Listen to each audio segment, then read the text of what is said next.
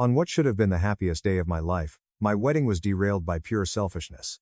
During the reception, my best man, someone I had trusted for years, ended his speech by pulling out an engagement ring and proposing to the maid of honor. She strutted onto the stage, squealed yes, and they kissed like they were the main event.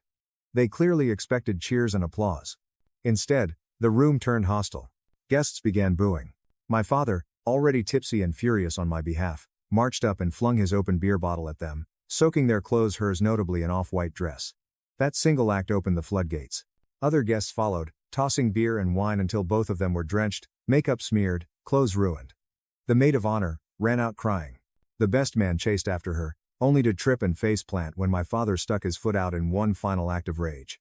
Even after they were gone, the damage was done. My wedding felt ruined.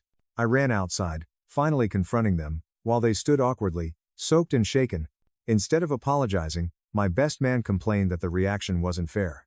He insisted they were just trying to create a special moment and couldn't understand why anyone was upset.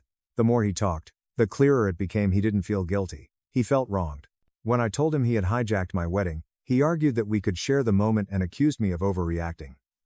He begged me not to end our friendship, still framing himself as the victim. Exhausted and angry, I told him we needed distance and walked away. After the wedding, the messages started: texts, calls, emails, relentless apologies mixed with excuses. My wife, devastated, cut off the maid of honor completely. I eventually met my former best man for coffee, hoping for closure, but he continued to justify his actions. I pretended to accept his apology, though deep down I knew the friendship was already dead.